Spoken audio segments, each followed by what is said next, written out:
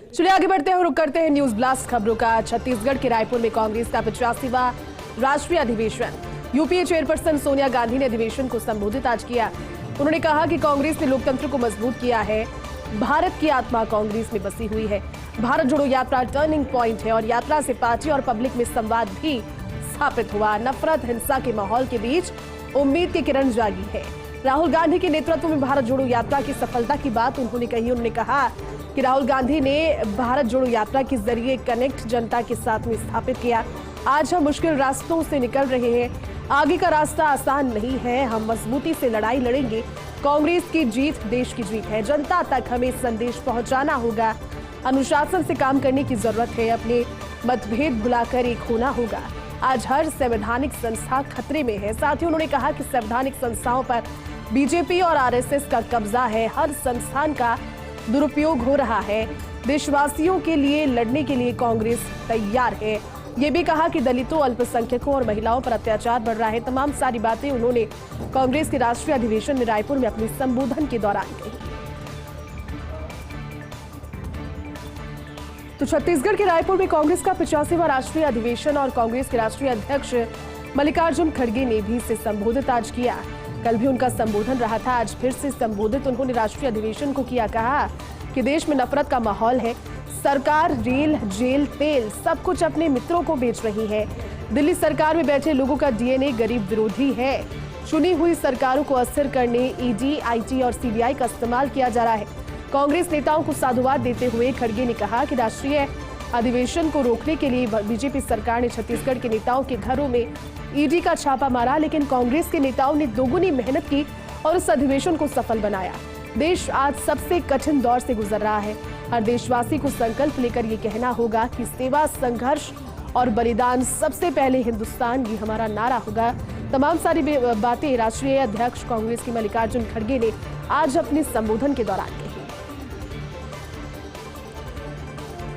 तो छत्तीसगढ़ के रायपुर में कांग्रेस के 85वें राष्ट्रीय अधिवेशन के दौरान अंबिका सोनी की ओर से एक राजनीतिक प्रस्ताव पेश किया गया और इस राजनीतिक प्रस्ताव के जरिए पार्टी संविधान में हुए 85 संशोधन, क्योंकि कल भी जानकारी की, क्योंकि पार्टी का जो संविधान है उसमें कुछ संशोधन किए जा सकते हैं और राजनीतिक प्रस्ताव बकायदा आज उसके लिए एक दिया गया। कांग्रेस ने महिलाओं, ओबीसी, एससी, एसटी को 50% आरक्षण का प्रस्ताव 1 जनवरी 2025 से कांग्रेस में सिर्फ डिजिटल सदस्यता होगी। अब बूथ, पंचायत, शहर, वार्ड, मंडल, ब्लॉक, जिला, प्रदेश कांग्रेस कमेटी में ट्रांसजेंडर्स को भी मेंबरशिप मिलेगी और एक बड़ी पहल, अच्छी पहल, 6 पीसीसी डेलीगेट्स पर 1 एआईसीसी मेंबर नियुक्त होंगे। कांग्रेस वर्किंग कमेटी में अब 35 सदस्य होंगे। पूर्व पीएम, पूर्व एआईसीसी चीफ को अनिवार्य तौर पर सीडब्ल्यूसी के इन सदस्यों में रखा जाएगा। छत्तीसगढ़ के रायपुर में कांग्रेस का 85वां राष्ट्रीय अधिवेशन और अधिवेशन में रायपुर पहुंची प्रियंका का जोरदार स्वागत किया गया। प्रियंका के स्वागत में सड़क पर गुलाब के फूल बिछा दिए गए। आज सुबह ही 8:30 बजे रायपुर एयरपोर्ट पर प्रियंका गांधी वाड्रा पहुंची। सीएम भूपेश बघेल, प्रदेश कांग्रेस अध्यक्ष मोहन मरकाम इस दौरान उन्हें रिसीव करने के लिए पहुंचे, वहां पर उपस्थित थे। एयरपोर्ट पर ही ढोल नगाड़ों को ले जाया गया। उसके बाद में उनको बजा करके प्रियंका गांधी का भव्य स्वागत किया गया। फिर एयरपोर्ट से 2 किलोमीटर तक सड़क पर गुलाब की पंखुड़ियां बिछाई गई। स्वागत में करीब 6000 किलो गुलाब के फूलों का इस्तेमाल किए जाने की जानकारी सामने आई। तो चलिए अब जानते हैं राजकाज की कुछ बातें। बात मुख्य सचिव उषा शर्मा की मैराथन मीटिंग्स की है। मुख्यमंत्री अशोक गहलोत भी मीटिंग से काफी प्रभावित नजर आ रहे हैं। 2 दिन पहले मुख्यमंत्री ने आला अफसरों की मीटिंग ली थी और बजट घोषणाओं की क्रियान्विति को लेकर की समीक्षा बैठक की थी। मीटिंग में सीएम ने कहा कि मैं कोई भी मीटिंग लेने का बनाता हूं विचार। पता चलता है कि इस विषय पर मुख्य सचिव पहले से ही जागरूक है और ये एक तरीके का उनका जो वक्तव्य था वो बूस्ट भी एनर्जी को कर रहा था, कॉन्फिडेंस को कर रहा था, क्योंकि सीएस पहले से ही अवेयर है। ये मुख्यमंत्री अशोक गहलोत ने कहा। या तो विषय पर मीटिंग ले चुकी होती है या फिर लेने वाली होती है, तो एक पहले का खाका है मीटिंग से पहले वो तैयार सीएस कर चुकी होती है। सीएस ने पहले भी इस तरह की जानकारियां मुख्यमंत्री अशोक गहलोत के साथ साझा की। उन्होंने ये भी कहा कि सीएस ने भी इस पर आभार जताया है। उन्होंने कहा कि अपनी जिम्मेदारी निभा रही हूँ।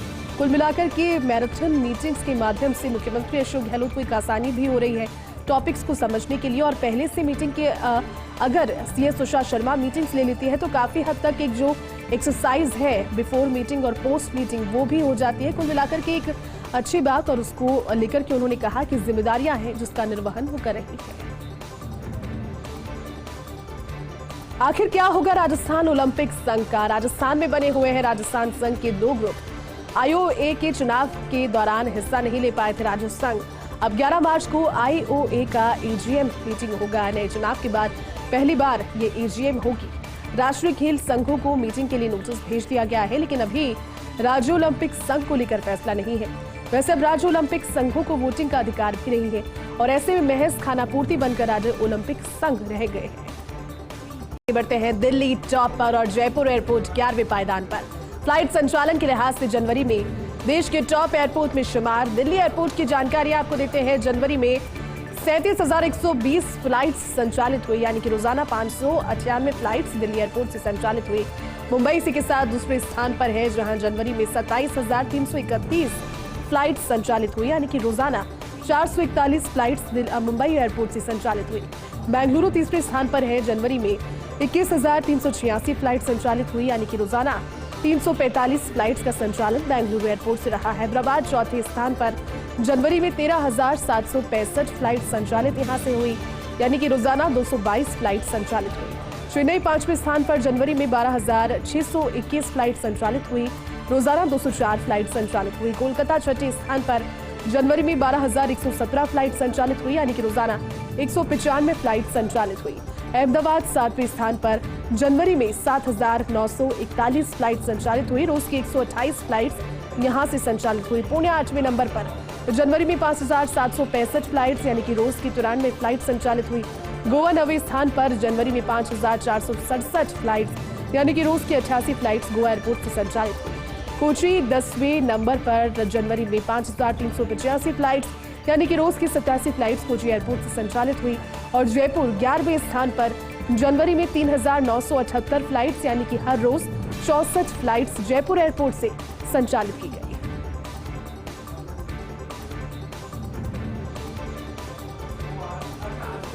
और फ्लाइट संचालन में 11वें नंबर पर जयपुर एयरपोर्ट है। जनवरी 2023 में जयपुर एयरपोर्ट से ये बड़ी खबर आपको बता रहे हैं, क्योंकि गुवाहाटी और लखनऊ से ज्यादा फ्लाइट्स का संचालन जयपुर एयरपोर्ट पर हुआ। रोज औसतन 64 फ्लाइट्स का डिपार्चर हुआ और यात्री भार के लिहाज से देश में 12वें नंबर पर जयपुर है। पर्यटन सीजन होने से एयर कनेक्टिविटी बढ़ी और एयर कनेक्टिविटी बढ़ी तो 11वां स्थान जयपुर एयरपोर्ट ने हासिल किया। देश के 20 शहरों के लिए जयपुर से कनेक्टिविटी है। हालांकि दिसंबर की तुलना अगर की जाए तो यात्री भार में कुछ गिरावट नजर आई, क्योंकि दिसंबर में टूरिज्म सीजन पीक पर था, लेकिन दिसंबर के कंपैरिजन में जयपुर एयरपोर्ट पर 19,000 यात्री घटे भी। जनवरी 2023 में यात्री भार के आंकड़ों में लखनऊ से पीछे जयपुर, समकक्ष एयरपोर्ट गुवाहाटी और लखनऊ की तुलना में जयपुर एयरपोर्ट इस बार इस सूची में आगे रहा।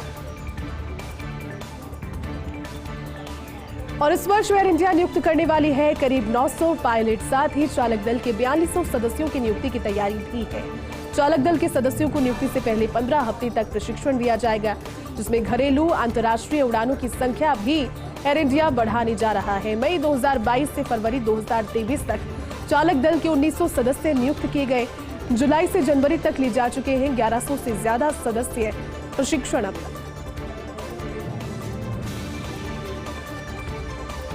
तो गुजरात के मुंद्रा एयरपोर्ट से 2,988 किलो हेरोइन जब्ती का प्रकरण और एनआईए की जांच में विजयवाड़ा की आश्री ट्रेडिंग कंपनी का नाम भी सामने आए हैं। ये खेप भेजने वाली 12 मुखौटा कंपनियों में शामिल है। अफगानिस्तान से ईरान, वहां से टेलकम पाउडर के रूप में भारत लाई गई। इस तरह मुखौटा कंपनियां भारत भेजती है नशीले पदार्थ। एनआईए की पूरक चार्जशीट में 21वें स्थान पर सुधाकर का नाम है। विजयवाड़ा की आश्री ट्रेडिंग कंपनी का मालिक माचावरम भी है ये इस लिस्ट में शुमार। जोधपुर शिक्षक भर्ती परीक्षा मामले से जुड़ी बड़ी खबर आपको दे देते हैं। मामले में जांच में एक नया तथ्य सामने आया। 40 लाख रुपए में पेपर का सौदा हुआ था। 10 लाख रुपए एडवांस देकर मुख्य सरगना ने फर्जी पेपर खरीदा और ऐसे नकली पेपर नहीं मिलने से पेपर खरीदने वाले ठगी का शिकार हुए। प्रत्येक परीक्षार्थी से 5 से 6 लाख रुपए वसूलने की तैयारी की थी। 29 परीक्षार्थियों और 5 नकल गिरोह के सदस्यों को इस संबंध में हिरासत में लिया गया है। सभी 34 आरोपियों के खिलाफ धोखाधड़ी का केस दर्ज होगा। पुलिस कमिश्नर अमिदत्त गौड़ के निर्देशन में डीसीपी पूर्व डॉक्टर अमृता दुहन, एडीसीपी पूर्व नाजिम अली की टीम इस पर कार्रवाई कर रही है।